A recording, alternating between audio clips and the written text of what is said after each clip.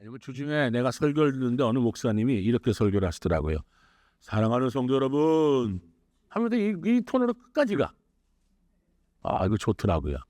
나도 소리 지르지 않고 고함 지르지 않고 여러분이 뭐 피곤해 지쳐서 졸더라도 뭐 어쩔 수 없지 뭐. 요 톤으로 한번 가보려고. 요 톤으로. 그러니까 여러분들 예배 마치고 나서 목사님 다음 주도 그렇게 해주세요. 라고 하면 그렇게 해주고, 아니에요, 졸음을 깨게 해주세요 라고 하면 그렇게 하고 할 테니까. 자, 여러분 자녀를 통해 기뻤던 일이 한 번 이상은 다 있을 거예요. 자녀들을 통해서. 대체로 어떤 경우에 기쁨을 경험했나요? 무엇을 자녀들부터 받아왔을 때인가요? 아니면 무엇을 주었을 때인가요? 자녀가 우리의 바람대로 살아갈 때인가요? 자녀가 자기 멋대로 살아갈 때인가요? 때론 자식을 위해 무엇인가를 주었고 그것을 자녀들이 감사히 받을 때도 기쁨을 경험하지만 아마 우리 대부분은 자녀가 나에게 무엇을 주었을 때 그때 아주 직관적인 기쁨을 경험하게 될 것입니다. 우리 신고사님 오늘 언급을 많이 해서 죄송한데 멀리 정오가 뜻하지 않게 어머니 돈 좀 보냈어. 그럼 기뻐요 안 기뻐요? 네. 이 권사님 참 많이 나가. 앞에 많이 나가. 내가 돈을 받아서 기뻐요 안 기뻐요 물어봤잖아. 기뻐요 안 기뻐요? 기쁘죠. 내가 그까지만 대답하시라고. 신앙생활 잘하는 건 나도 기뻐요. 맞아요. 뭔가를 자녀가 내게 줬으니까 기쁜 거예요. 여기 그렇지 않은 사람이 어디 있어요? 그렇지 않아요? 그래서 우리는 이런 경험들이 자녀가 나를 위해 무언가를 주어서 그것으로 말미암아 내가 기쁨을 느꼈던 이 경험들이 하나님을 오해하게 한단 말이에요. 하나님 오해하게. 오늘 성경의 미가서의 미가 선지자는요, 하나님을 좀 기쁘게 하고 싶은 생각이 드는 거예요. 그래서 오늘 미가서 6장 6절부터 7절에 이렇게 하나님께 고백해요. 뭐라고 하냐? 좀 쉬운 성경으로 여러분에게 보여드릴게요. 우리 PPT 준비됐나요? 한번 쉬운 성경으로 제가 보여드릴게요. 들어보세요. 내가 요거 아닌데. 그러면 자, 요거 그냥 십자가 보여주세요. 제가 말씀드릴게요. 제 말씀을 들으세요. 미가 선지자가 하나님을 기쁘시게 하려고 이렇게 고백해요. 6절 7절에 내가 무엇을 가지고 여호와께 갈까? 무엇을 가지고 높으신 하나님께 예배할까? 태워드리는 제물인 번제물로 할까? 1년 된 송아지를 가지고 주를 기쁘게 할까? 여호와께 1000마리의 양을 드리면 기뻐하실까? 강줄기 만개를 채울 만한 기름을 드리면 기뻐하실까? 내 허물을 벗기 위해서 내 맏아들을 바치면 기뻐하실까? 내 죄를 씻기 위해 내 몸으로 낳은 자식이라도 바칠까? 이렇게 고백하는 거예요. 미가 선지자가. 6절 내가 무엇을 가지고 여호와께 나아갈까? 무엇을 가지고 높으신 하나님께 예배할까? 이 말이거든. 내가 뭐를 드려야 하나님이 기뻐할까? 예배 드릴 때 무엇을 드려야 하나님이 이 예배를 기뻐하실까? 라는 고민을 미가 선지자가 한 거예요. 아마 우리도 이런 고민을 할 겁니다. 우리들이 무엇인가를 드려야만 하나님이 기뻐하신다는 전제가 있어서 그 전제를 깔고 예배를 통해 하나님을 기쁘게 하려는데 꼭 무언가를 드려야만 할 것처럼 생각이 듭니다. 무언가를 꼭 드려야 할까요? 맞아요. 맞는 말 중에 하나예요. 맞아요. 예배는 보는 게 아니에요. 뭐예요? 예배는 드리는 겁니다. 근데 꼭 무언가를 드려야만 한다는 것으로부터 오해가 생겨나는 거예요. 이 오해가 심적 부담으로 이렇게 이어집니다.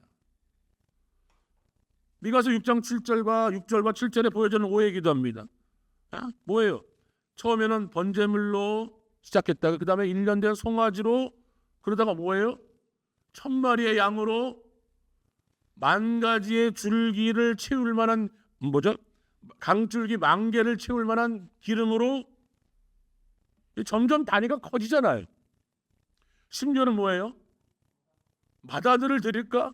내 몸으로 낳은 자식을 드릴까? 이건 뭐 기하급수로 이게 오해의 심적 부담으로 물질과 수많은 재산과 심지어 아들까지도 주저없이 산제물로 드리면 하나님이 진짜 기뻐하시겠지? 그런 예배는 반드시 받아주실 거야 라는 오해가 미가 선지자에게 있었다는 거예요. 오늘날 이와 같은 모습은 오늘 우리들의 신앙생활과 믿음에도 차이는 있지만 자리하고 있음을, 그런 마음이 우리 안에 있음을 부인할 수 없습니다. 근데 이런 미가 선지자의 오해와 심적 부담이 큰, 이 어떻게 뭘 드릴까라고 하는 이 미가 선지자의 고백에 하나님은 뭐라고 응답하시느냐?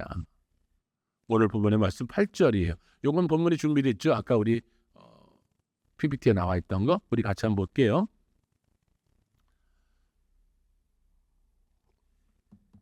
PPT 보여줘 보세요. 아까 준비된 말씀 우리 함께 읽어볼까요? 시작. 오 사람아, 무엇이 좋지 이미 그분께서 내게 말씀하셨다. 여호와께서 내게 원하시는 것은 공의에 맞게 행동하고 공유를 사랑하며 겸손히 내 하나님과 함께 행하는 것이다. 오늘 저와 여러분 읽었던 본문의 말씀 8절은 이거는 개역 한글, 개역 성경이에요. 그래서 개역 개정 성경, 사람아 주께서 선한 것이 무엇임을 내게 보이셨나니 여호와께서 내게 구하는 것은 오직 정의를 행하며 인자를 사랑하며 겸손하게 내 하나님과 함께 행하는 것이 아니냐. 이 말씀을 우리말 성경은 이렇게 표현하고 있다는 거예요. 좀 여러분에게 다가가기 쉽게, 오 사람아 무엇이 좋은지 이미 너에게 말씀해 주시지 않냐. 이미 미가 선지자 너에게 말했지 않느냐. 정말 하나님이 원하는 게 뭐냐? 긍휼을 공의에 맞게 행하는 것이고, 앞에 인자가 뭘로 바뀌었어요? 긍휼을 사랑하며 겸손히 내 하나님과 동행하는 것이 아니냐. 이걸 하나님이 원하신다. 네가 뭔가를 막 바치는 게 아니라, 아니야 나는 받는 걸 원하는 게 아니야. 너의 재산과 너의 물질과 너가 가지고 있는 것을 받는 걸 원하는 게 아니라, 내가 원하는 것은, 내가 기뻐하는 것은 내가 내 말을 듣고 내 말대로 행하는 거야. 이겁니다. 우리 이것을 좀 깨달은, 이 하나님의 음성을 깨닫는 축복이 우리 모두에 있기를 원합니다. 우리가 하나님께 무엇을 드리고 또 드려야만 한다고 생각하지만 하나님은 우리에게 무엇인가를 드리고 팔짱 끼고 계신 분이 아니에요. 어떤 한 목사님은 이걸 우스갯소리로 이렇게 얘기합니다. 우리가 부자예요, 하나님이 부자예요. 이렇게 얘기해요. 부자라고 이게 비교 대상도 안 되지만 이렇게 쉽게 던진단 말입니다. 오히려 하나님 우리에게 무엇이든지 하나라도 더 주려고 하시는 분이에요.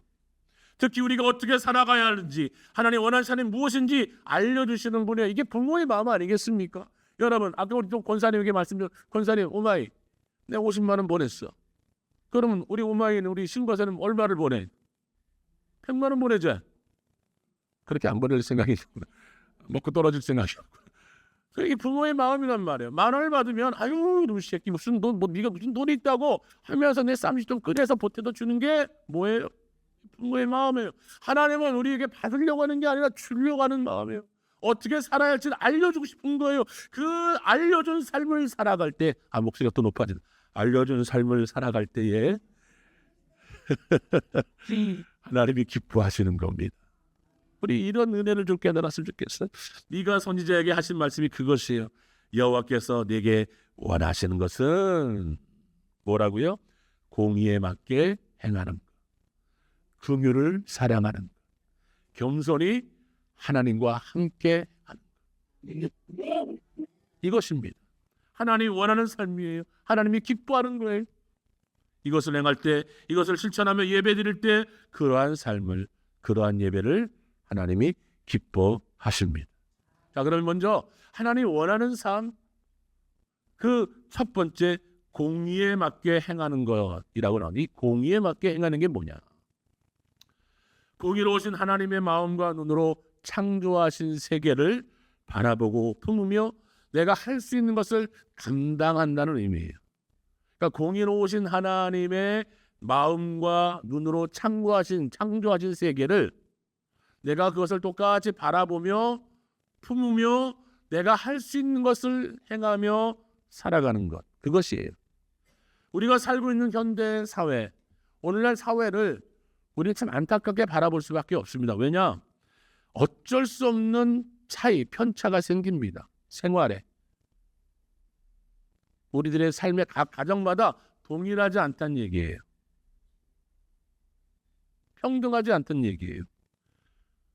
어쩔 수 없는 차이가 생겨남을 경험합니다. 그러기에 우리는 명백히 존재하는 서로 간의 차이를 인정하면서 우리가 이웃과 더불어 잘 살려고 하는 끊임없는 노력하는 것, 공의로우신 하나님을 믿기에 그 노력이 나에게 주신 노력임을 고백하며 살아가는 것, 그게 공의를 행하며 살아가는 것. 이를 위해서는 차이가 있을 수밖에 없는 현실을 넘어 할 수 있는 대로 우리는 서로를 커다란 하나님의 가족으로 봐야 되는 거예요. 그래서 우리는 공동체라고도 하지만 우리는 뭐라고도 부릅니까? 주열방교회 식구라고도 부르지 않습니까? 가족. 그리고 하나님의 가족 안에 약하고 힘없는 연약한 지체들을 소중히 여기며 돌아봐 주는 것이 하나님의 마음이에요. 난 우리 교회 우리 박미애 성도가 온 거 참 감사하게 생각해요. 여러분들 그렇죠? 근데 우리 교회 우리 신대장님 오신 거 참 감사하게 생각해요. 왜? 이상하네. 안 하신 것 같기도 하고. 우리 교회 한 사람 한 사람의 지체가 연약하든 강하든 평탄하든 우리 안에 가족됨에 감사하며 그 가족됨을 돌아볼 때에 차이가 있음을 인정하자는 얘기예요. 그 인정한 차이를 우리가 품고 그들을 위해 내가 할 수 있는 섬김, 할 수 있는 봉사, 할 수 있는 드림이 있는 것이 공의에 맞게 행하는 것인 줄 믿습니다. 완전하시고 완전한 하나님이시고 완전한 인간이신 예수님이 이것을 본을 보여주셨어요. 예수님은 유대 땅에 태어나셨어요. 그렇죠? 그러면 예수님은 유대인일까요? 유대인일까요? 유대인일까요? 유대인일까요? 유대인이에요. 유대 땅에도 태어났으니까. 혈연과 지연을 목숨만큼 증히 여기는 유대인이자 유대인 공동체에서 살았던 거예요. 그런데 예수님은요, 그 유대 공동체에서 오해가 있고 손가락질을 받으면서도 모든 사람을 가족으로 품으시고 공의에 맞는 행함을 우리에게 보여주셨어요. 마가복음 12장에 보면 예수님께 어머니와 그 자녀들이 찾아왔습니다. 형제들이 찾아왔습니다. 그때 한 사람이 예수님께 얘기합니다. 예수님, 어머니와 형제가 만나고 싶다고 밖에 찾아와 있습니다. 예수님, 그래? 어디야? 하고 갔을까요? 뭔 말이라고? 누가 찾아왔다고? 이 사람이, 자, 잘 들어. 누가 내 어머니며 내 동생들이냐? 누구든지 하늘에 계신 내 아버지의 뜻대로 하는 자가 내 형제요 자매요 어머니라. 이 예수님의 그 놀라운 공의를 실천하는, 공의에 맞게 생활하는, 예수님은 자기의 가족을 배척한 게 아닙니다. 내 가족 나 어머니 아니야라고 배척한 게 아닙니다. 가족의 개념을 확대한 겁니다. 우리가 가지고 있는 좁은 가족의 의미를 넘어서 커다란 하나님의 가족의 공동체를 열어주신 거예요. 그래서 예수님은 유대인들이 상종하지 않는 자들을 찾아갔습니다. 누구예요? 세리들을 찾아갔죠. 이방 여인을 찾아갔죠. 죄인을 찾아갔죠. 사마리아 사람들을 만나줬습니다. 천하고 취급하고 천하게 취급하고 매국노 취급하는 모든 자들을 아낌없이 찾아가 그들과 밥을 먹으며 그들과 쉼을 치며 그들과 말씀을 나누셨습니다. 예수님은 모두를 소중한 하나님의 사람으로 가족으로 바라보셨고 그 예수님은 우리 또한 그렇게 바라보기를 원하시는 것입니다. 하나님의 공의란 우리 마음속에 하나님의 마음이 채워져 우리가 이 땅에서 만나고 알게 된 사람들을 하나님의 눈으로 하나님의 마음으로 바라보면서 한 공동체로 보고 풀린 것, 그것이 바로 공의에 맞게 행하는 것입니다. 여러분 주변에 이렇게 품어야 할 사람이 누구입니까? 여러분의 직장에서, 또 여러분의 교회에서, 여러분의 가족에서, 여러분이 살고 있는 사람들에게서 만나는 자마다 우리가 품어야 할 대상이 누구입니까? 혹시 애써 외면하고 있었다면 다시 돌아보십시오. 다시 하나님의 큰 그 가족의 공동체로 받아들이시고 공의에 맞는 행함이 여러분의 있기를 축복합니다. 두 번째는 하나님이 원하시는 삶이란 긍휼을 사랑하는 거예요. 긍휼. 자, 구약의 법으로 좀 넘어갑니다. 구약의 법에는 특별한 법이 두 가지가 있어요. 하나는 7년마다 있는 안식년을 지키는 안식년법. 그리고 50년마다 지키는 희년법. 이게 왜 특별하느냐? 좀 짧게 요약하면 7년의 안식년법은요. 7년째가 되면 빚진 사람들의 빚을 다 탕감해 주는 거예요. 별로 안 놀라시네. 이거 정말 선세이션한 법인데 이스라엘 백성 그러니까 7년 동안만 안 갖고 잘 버티면 7년째 어떻게 돼요? 채무가 되는 거예요. 없어지는 거예요. 어쩔 수 없이 종이 된 사람은요 7년만 잘 버티면 자유인이 돼요. 뭐 빚을 안 접어서 그러지 여러분 눈초리가 뭐 그냥 썩음썩음해. 근데 이 안식년 그런데 50년의 희년은 더 황당해요. 어떤 거냐? 피치 못할 사정으로 자기가 갖고 있는 땅을 팔았잖아요. 50년이 되면 그 땅이 다시 돌아와. 원래 주인으로 돌아가요. 야, 이건 좀 놀라시네. 역시 땅에 밝고 여러분들이. 함께 살고 있는 나그네를 동족처럼 여겨주면서 그들 모두를 회복시켜주는 거예요. 50년에. 이 희년이. 여러분 생각해보면 사람들은요. 저를 비롯해서 여러분들은 누구나 자기에게 주어진 특권이나 특혜가 늘어나는 것을 좋아하죠. 그 특혜나 특권이 줄어드는 것은 좋아하지 않습니다. 자, 이것을 생각하며 그래서인지 성경에서 희년의 50년의 법과 안식년 7년의 법이 제대로 실천되었다라고 하는 기록을 잘 찾아볼 수가 없어요. 우리가 그들의 입장이 있다고 쳤을 때 솔직히 이 두 가지 법을 제대로 실천할 수 있겠어요? 우리 조승훈 성도 나 한 1,000만 원만 빌려줘 7년 후에 갚.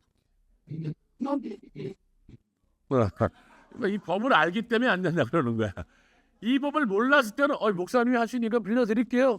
나는 어떻게 딱 받고 7년만 잠수 타면 돼. 그거 내 돈이. 그건 뭐 갚지 않아도 되는 거예요. 그래서 여러분 생각해 보세요. 우리가 그 당시 입장이 어떠면 이건 과연 지켜나갈까? 이 지킬 사람이 얼마나 있을까?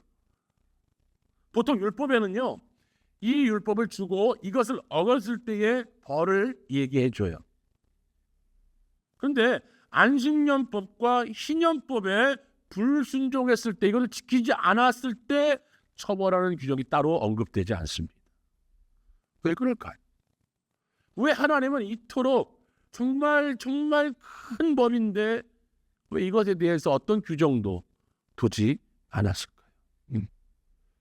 이거는 긍휼로 베풀어야 할 법이에요. 이 안식년의 법과 희년의 법은 긍휼이 있어야 지킬 수 있는 법이에요. 그래서 이 안식년법과 희년법만큼은 타율적 복종이 아니라 자율적 순종하는 자원하는 마음을 하나님이 원하셨던 겁니다.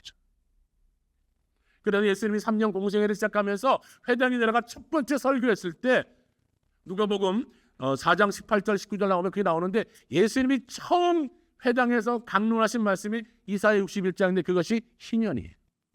어떤 말씀이냐?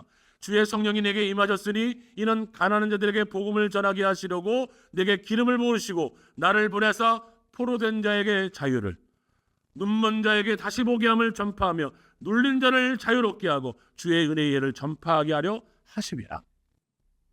예수님이 첫 공생을 하면서 이 땅에 와서 선포한 첫 번째 말씀이 뭐라고요? 신약법이에요. 그래서 예수님의 모든 선택은 긍휼이었습니다. 예수님의 모든 선택은 긍휼이다. 따라해 봅시다. 예수님의 모든 선택은 긍휼이다. 그래요. 예수님은 결코 상처받는 사람들의 한 맺힌 마음들을 모아서 그것을 세력을 만들어 그들을 다른 어떤 세력의 모습으로 사용하지 않으셨어요. 예수님은 분노와 미움이 좋은 세상을 가져올 수 없다는 것을 분명히 아셨기에 예수님은 자신을 십자가에 처형한 무리를 향해서까지 용서하시고 긍휼을 보내주시는 거예요. 자기를 처형하는 그 로마의 군단과 군중들에게 뭐라고 하십니까? 하나님 아버지, 저들을 용서해 주세요. 긍휼이에요. 이 긍휼. 그리고 예수님은 이 긍휼을 실천하셨고 우리에게도 긍휼을 사랑하고 긍휼을 실천하며 살아가라고 명령하십니다. 그것이 하나님이 우리에게 원하는 삶이라고 오늘 선포하고 있는 것입니다. 때로는 우리가 긍휼을 사랑하며 살아가는 것이 답이 되지 않는 것처럼 보일 수 있습니다. 긍휼만 베풀어서 어떻게 이게 되겠까? 해결될 수 없더라고. 이건 답이 아니야 라고 여처럼 보일 수도 있습니다. 그러나 아닙니다. 우리의 인생을 변화시키는 힘은 긍휼을 사랑하는 삶에서 시작되는 거예요. 예수님은 상한 갈 때도 꺾지 않으셨습니다. 꺼져가는 심지도 끄지 않으셨습니다. 그리고 그 사랑으로 그 긍휼로 우리를 덮어주신 것과 같이 예수님 우리도 긍휼의 사랑을 흘러보내는 통로로 살아가라고 오늘 저와 여러분에게 선포하고 있는 것입니다. 사람을 긍휼히 여기고 긍휼을 베푸는 것이 우리의 삶의 방식이 되어야 될 줄 믿습니다. 사람들이 우리를 통해 예수 그리스도의 복음과 함께 무엇을 봐야 된다고요? 긍휼을 봐야 되는 것입니다. 오늘 저와 여러분에게 이 한 가지의 마음이 생겼으면 좋겠습니다. 내가 그리스도인으로 살아감에 있어서 내 앞에 보이는 주걱이 쥐어지고 욕이 튀어나오고 얼굴이 찌푸리게 만드는 모든 상황 속에서 또한 나보다 연약하고 힘들고 내 도움이 필요한 모든 자들에게서 내가 손해를 본다 할지라도 이 긍휼의 마음을 품고 살아가겠다고 결심하는 긍휼을 살아가는 하나님의 백성들의 삶이 되기를 주의 이름으로 축복합니다. 마지막 하나님이 원하시는 삶 세 번째는 겸손히 내 하나님과 함께 행하는 것이다.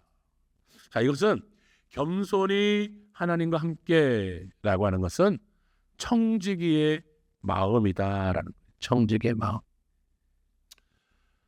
주의 몸 대신 거룩한 교회이기도 하지만 그래서 이 교회가 거룩한 공동체이기도 하지만 현대 세상에서 자리하고 있기에 교회도 미성숙한 모습이 있음을 부인하지 않을 수 없습니다. 교회도 부성실합니다. 부족해요. 미성숙한데요. 미성숙한 모습은 여러 가지 있겠으나 저는 여러분에게 오늘 두 가지를 말씀드리고 싶어요. 하나는 성도가 교회의 주인 노릇하려고 할 때 미성숙해집니다. 두 번째는 반대로 성도가 부경꾼일 때 미성숙한 모습을 보여줍니다. 이들에게는 공통점이 있어요. 주인 노릇을 하는 사람들, 구경꾼인 사람들에게는 공통점이 있다는 거예요. 뭐냐? 첫 번째는 둘 다 이기적입니다. 두 번째, 교만합니다. 세 번째, 하나님을 두려워하지 않는 것입니다. 절대 기억하길 바랍니다. 하나님의 나라는 하나님의 주권으로 다스리시며 겸손함으로 하나님과 함께하는 신실한 청지기를 통해 완성해 가실 겁니다. 주인 노릇과 구경꾼의 모습은 반드시 교회 안에서 버려져야 합니다. 누가 주인이에요? 우리는 주인 노릇도 하지 말아야 하지만 또한 구경꾼이 되어서는 안 됩니다. 저는 주중에 교회를 제가 제일 많이 오죠. 저보다 많이 오시는 분 아무도 없을 겁니다. 내가 자신 있게 얘기합니다. 근데 이 예배를 마치고 그냥 돌아가시는 분들이 많아요.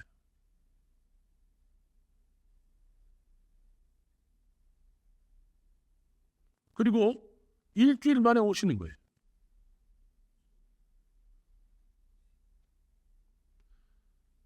겸손한 청직의 모습은 아닐 것입니다. 우리 모두가 청지기로서 땀을 흘릴 때 건강하고 온전하게 교회가 세워져 갈 줄 믿습니다. 제가 가련동에 있을 때는 여러분에게 줄기차게 얘기했죠. 교회의 화장실을 사용해라. 제가 차마 주일열방교회 화장실을 사용하라고 여러분에게 차마 권면을 못 드리겠어요. 화장실 가려면 차비가 많이 들고 또 중요한 건 중간에 중간에 이게 참지를 못해. 그래서 그 권면을 못 드리지만 교회는 구경꾼이 아니다. 또 주인 노릇하는 분이다. 함께 겸손함으로 섬기는 하나님과 동행하는 청지기가 세워져서 그 청지기를 통해 하나님이 교회를 이루어가는 것인 줄 믿습니다. 이를 더 확장하여 교회에서뿐만 아니라 여러분의 일상생활에도 일상의 모든 것에 하나님이 우리에게 주신 것을 여기되 우리의 것이 아닌 하나님의 주권을 인정하며 주님이 맡겨주셔서 담당하게 한 청직이다. 그것을 기억하고 겸손히 그 직분을 행하시는 우리가 되기를 바랍니다. 그런 마음으로 한 사람, 두 사람, 모든 사람들이 겸손하게 하나님과 함께 행하는 그 청지기의 마음으로 이 교회를 섬기며 여러분의 가정을 섬기며 여러분의 직장을 섬기며 여러분의 사회를 섬기며 대한민국을 섬기며 선교지를 섬겨나갈 때 그 하나님의 나라는 확장되는 줄 믿습니다. 커져가는 줄 믿습니다. 양적인 확장이 아니라 사람들의 머릿수가 많아지는 확장이 아니라 진정 하나님이 기뻐하시는 하나님이 인정하시는 어디 여러분 성경을 찾아보십시오. 어디 한번 성경을 찾아봐서 교회의 숫자가 1000명이 되어 하나님이 기뻐하신다라는 말이 어디 있습니까? 그러나 기도하는 교회, 그러나 하나님 앞에 청지기의 모습으로 순결한 신부가 되어 나가는 교회, 그것은 1명이든 2명이든 3명이든 몇 명이든 상관없이 하나님이 기뻐하시고 칭찬하십니다. 하나님 나라는 저와 여러분이 함께 세워가는 곳입니다. 여러분 믿으십니까? 주님이 거룩한 마음이 우리 안에 채워져서 그 마음으로 함께 하나님 나라를 세워가는 거룩한 동역자가 저와 여러분이 되기를 축복합니다. 내가 바라는 교회가 아니라 하나님이 원하시는 교회, 내가 생각하는 성도가 아니라 내가 좋아하는 성도가 아니라 주님이 원하시는 성도가 되기를 축복합니다. 말씀을 맺으며 결단합시다. 공의에 맞게 행하는 삶을 살아가십시오.